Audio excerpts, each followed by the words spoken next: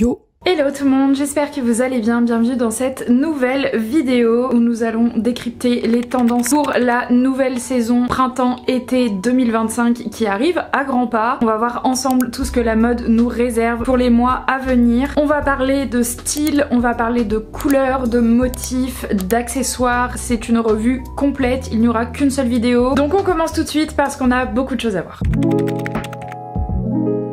Une des premières tendances qu'on a beaucoup vues sur les défilés, qui était déjà un petit peu présente la saison dernière, c'est le ballet de corps. C'est donc tout simplement des looks qui vont être inspirés de la garde-robe de la danseuse étoile, avec beaucoup de body, des guêtres, des petites ballerines qui vont faire penser aux chaussons de danse, des petites jupettes aussi. Vous voyez tout cet univers là. Personnellement je trouve ça très joli sur les réseaux sociaux, mais dans la vie de tous les jours je trouve que c'est un petit peu plus compliqué à adopter. Vous n'êtes pas obligé de faire des total looks, vous pouvez simplement porter une ou deux petites pièces comme ça. Évidemment vous portez ce que vous voulez, mais c'est vrai que je trouve que ça reste une tendance qui est pas si simple que ça à adopter, en tout cas pas pour du quotidien. Dans la même veine vous allez avoir tout ce qui va être sporty chic, donc là on est plutôt sur de l'univers soit du tennis soit du golf, avec notamment des petits polos, pareil des petites jupes un peu plissées, peut-être déjà plus facile à adopter sur du quotidien, tout en sachant que vous pouvez encore une fois mélanger les pièces. Donc ça peut être un joli polo avec un jean, une petite jupe plissée avec un sweat, ce genre de choses. Ça rejoint un petit peu l'univers prépi aussi, mais vraiment plus dans le côté sportif que dans le côté uniforme d'école. On a aussi beaucoup vu d'ensembles de sport un peu monochrome, donc soit un leggings avec le petit haut assorti dans des noirs, beige, gris, des coiffures très élégantes, accessoirisées avec des petits bijoux, etc.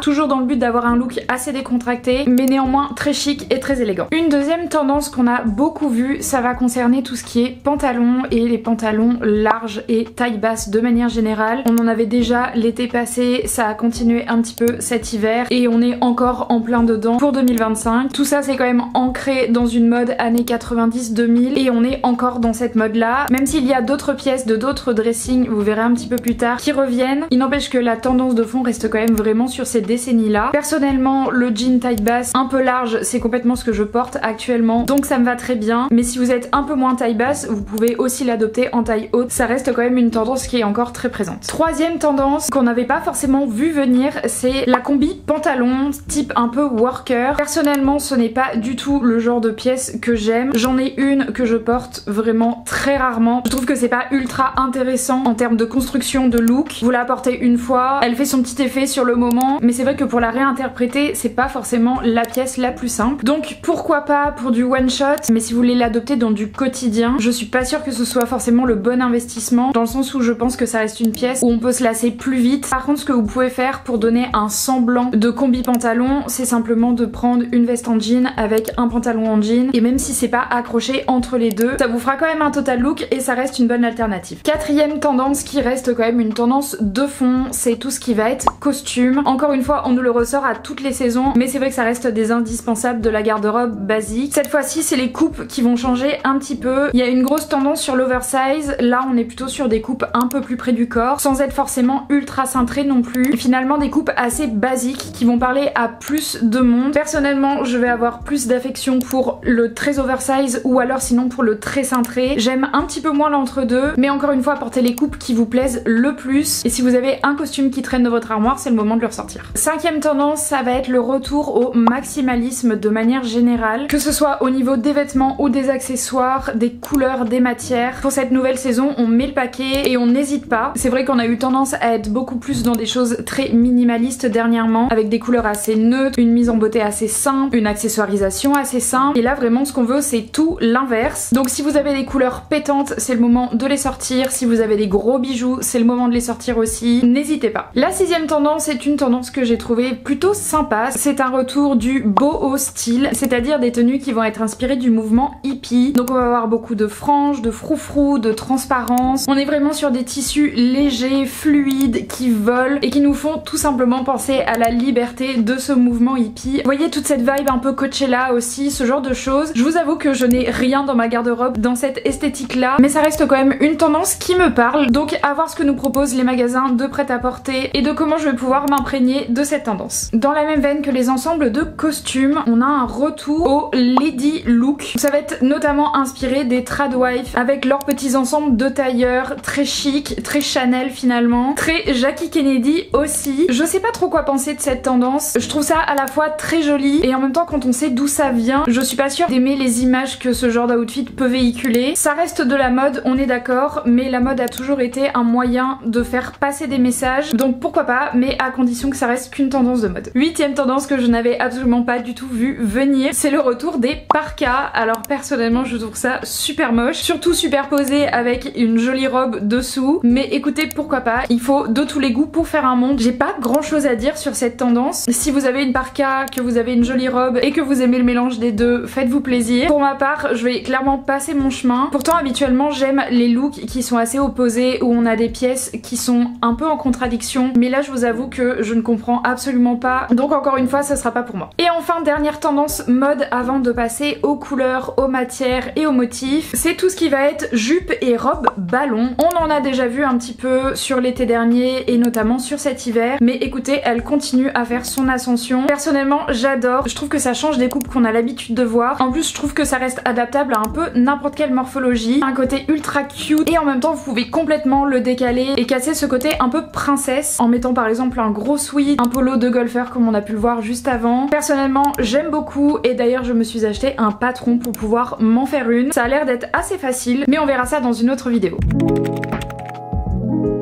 La grande couleur de ce printemps et de cet été, c'est encore et toujours le rouge, mais cette fois-ci un rouge cerise. On a eu le rouge vif l'été dernier, on a eu plutôt le bordeaux cet hiver, et là on a un rouge cerise qui est en fait un peu un entre-deux. Comme vous pouvez le voir, je l'ai déjà adopté sur mes ongles, franchement j'adore, je trouve ça hyper joli. C'est une couleur qui me va bien et qui va bien aux brunes de manière générale, donc je suis ravie. Et c'est vrai qu'en ce moment j'ai cette petite obsession d'avoir envie de tout acheter dans cette teinte là, que ce soit des chaussures, des manteaux, des sacs à main, etc. Bon, je pense que vous avez compris que j'adore cette couleur, mais vraiment je trouve que c'est une teinte qui va à tout le monde, toutes les carnations, toutes les couleurs de cheveux aussi, et qui s'ancre très bien dans de la mode printemps-été, mais qui aura aussi complètement sa place pour l'automne et l'hiver prochain. Je pense d'ailleurs qu'on n'en a pas fini avec le rouge, et je sais pas pour vous, mais en tout cas c'est une très bonne nouvelle pour moi. Reviennent aussi sur le devant de la scène toutes les couleurs pastel, mais notamment le rose poudré et le bleu layette. Pour moi ça revient évidemment aussi grâce à la tendance ballet de corps, puisque c'est clairement la palette de la danseuse étoile. Pour avoir fait de la danse classique, je peux vous dire que j'avais soit des justes au corps roses avec des jupes roses, soit des justes au corps bleus avec la jupette bleu ciel, mais vous pouvez évidemment porter ces deux couleurs sans les associer à la tendance du ballet de corps. Il y a pas mal aussi de vert, vert amande, des couleurs très douces mais qui passent très bien pour le printemps et l'été. En termes de motifs, on a pu voir que sur l'automne et l'hiver dernier, il y avait l'apparition de l'imprimé vache. Et bien écoutez, on va beaucoup le retrouver dans nos collections de printemps et d'été. Je sais pas si c'est une tendance qui est très simple à adopter, en tout cas peut-être pas sur du vêtement, puisque c'est un imprimé qui est quand même assez fort, donc on a des chances de s'en lasser un peu plus vite. Mais vous pouvez complètement l'adopter sous forme d'accessoires, donc des sacs à main, des ceintures, pourquoi pas des chaussures comme des petites ballerines par exemple. Moi j'ai une grande robe que je vous avais déjà montrée, qui vient de chez Zara, que j'ai acheté il y a environ 2 ans je pense, que j'adore mais que je ne porte pas beaucoup. Donc avant d'investir dans ce type d'imprimé, réfléchissez bien parce que c'est pas forcément une tendance qui va trop s'éterniser. On va évidemment retrouver d'autres imprimés animaux comme le léopard, même s'il s'essouffle un peu. On a vu aussi pas mal d'imprimés serpents, pitons, ce genre de choses, et aussi des imprimés zèbres. De la même manière que l'imprimé vache, c'est pas forcément ce qu'il y a de plus simple à adopter pour du quotidien et sur du long terme, donc je vous donnerai les mêmes conseils avant d'acheter des pièces. Réfléchissez bien avec quoi vous pouvez les porter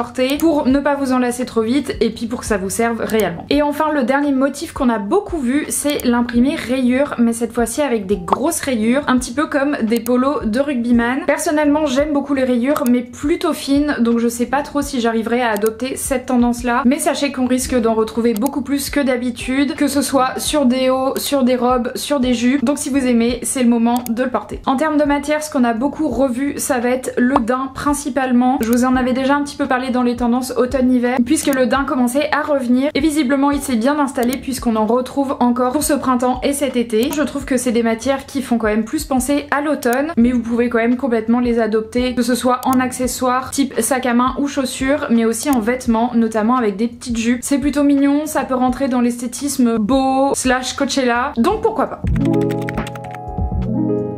On va enfin passer aux accessoires avant de terminer cette vidéo. Dans l'ère du maximalisme, comme je vous en parlais juste avant, on a vu beaucoup d'accumulation de bijoux et notamment de gros bijoux, des grosses boucles d'oreilles, des gros bracelets, des gros colliers. Vous choisissez les pièces que vous voulez, mais il faut que ça se voit. Je crois que j'ai un petit peu de mal avec cette tendance des gros bijoux. Déjà premièrement je n'en ai pas et en plus de ça j'aime bien doser, soit avoir des bijoux très présents et une tenue plutôt sobre, soit avoir une tenue un peu imposante et des bijoux plutôt sobres, ce qui va à l'encontre du maximalisme. Mais ce n'est que ma façon de voir les choses. Si vous avez des gros bijoux, c'est le moment de les sortir en complément d'une tenue très colorée et avec beaucoup de motifs. On a aussi vu pas mal de gros sacs pour toujours aller dans cette tendance maximaliste. Je ne sais pas de quel team vous êtes, si vous préférez avoir peu de choses sur vous dans un petit sac à main ou si vous avez besoin d'emmener toute votre maison. Je vous avoue que dans la vie de tous les jours, pour des raisons pratiques, j'ai tendance soit à ne pas du tout avoir de sac à main, soit à en avoir un mais qui est plutôt petit et qui prend pas trop de place. Donc c'est pas forcément une tendance qui va me parler, mais encore une fois, si vous aimez les gros sacs et que vous avez beaucoup de choses à mettre dedans, cette tendance est faite pour vous. On va terminer avec les chaussures et notamment deux types de chaussures qu'on a pu voir à la fois sur des défilés mais aussi beaucoup sur les réseaux sociaux. Tout d'abord, nous allons avoir les talons Pipto, cette espèce d'escarpin avec le bout troué. Je me souviens que c'était très à la mode des années 2000 et j'en avais acheté plusieurs paires, mais je vous avoue qu'aujourd'hui ce n'est plus vraiment le type de chaussures que j'aime bien. On l'a vu notamment beaucoup sur le défilé Miu Miu et en y réfléchissant bien, je trouve que ça rentre complètement dans l'esthétisme de Miu Miu. Je n'ai pas vraiment réussi à vous trouver beaucoup de looks avec ce style de chaussures. Je ne sais pas si c'est parce que c'est une tendance que personne n'aime ou qu'elle n'est pas encore assez revenue sur le devant de la scène. C'est vrai que ça reste une découpe qui est assez particulière. En tout cas, si vous en avez chez vous, c'est le moment de les sortir et pour ma part, je vais plutôt rester soit sur de la slingback, soit sur de la sandale complètement ouverte, mais pas un entre-deux comme ça. Et enfin, pour clôturer cette vidéo, je peux vous dire que c'est le grand retour des Nike Cortez. J'en vois absolument partout et j'ai même l'impression qu'elle commence à effacer un peu la samba. Vous savez que je suis plutôt team samba pour le coup. J'aime beaucoup cette basket qui est assez fine, assez féminine, que vous pouvez porter avec n'importe quoi, même une petite jupe ballon par exemple. Mais c'est vrai que la Cortez a quand même un petit truc. Je trouve qu'elle va à beaucoup de monde, elle fait un joli petit pied et j'adore en plus son côté vintage. J'en ai déjà eu une paire mais je trouvais que ça m'allait pas du tout donc je les ai revendues. Je ne sais pas si je vais succomber à cette tendance, il faudrait que j'aille en réessayer pour voir. Mais bref, sachez qu'ils en ont sorti de plein de couleurs différentes justement pour le printemps et l'été. Il y en a des super jolies avec des mélanges super fun. Donc n'hésitez pas à les regarder, que ce soit sur le site Nike ou sur des sites de seconde main comme Vinted par exemple. C'est vrai que c'est quand même super mignon et que vous pouvez vraiment les porter avec beaucoup de choses. Donc voilà pour cette dernière tendance. C'est la fin de cette vidéo, j'espère que ça vous a plu. N'hésitez pas à me dire en commentaire ce que vous en pensez, s'il y a des choses que vous avez déjà adoptées, s'il y a des choses que vous n'aimez pas du tout. Je trouve ça toujours intéressant d'avoir vos retours. Au global, je trouve que c'est quand même plutôt cool et que pour la plupart des styles, il y a moyen de faire des choses très sympas. Donc j'ai hâte que le printemps et l'été arrivent. J'ai hâte de vous faire plein de nouveaux lookbooks en fonction de ces tendances et d'avoir vos retours comme d'habitude. Je vous laisse ici pour aujourd'hui, mais on se retrouve dimanche pour une nouvelle vidéo. D'ici là, je vous souhaite une très bonne fin de semaine et je vous dis à dimanche.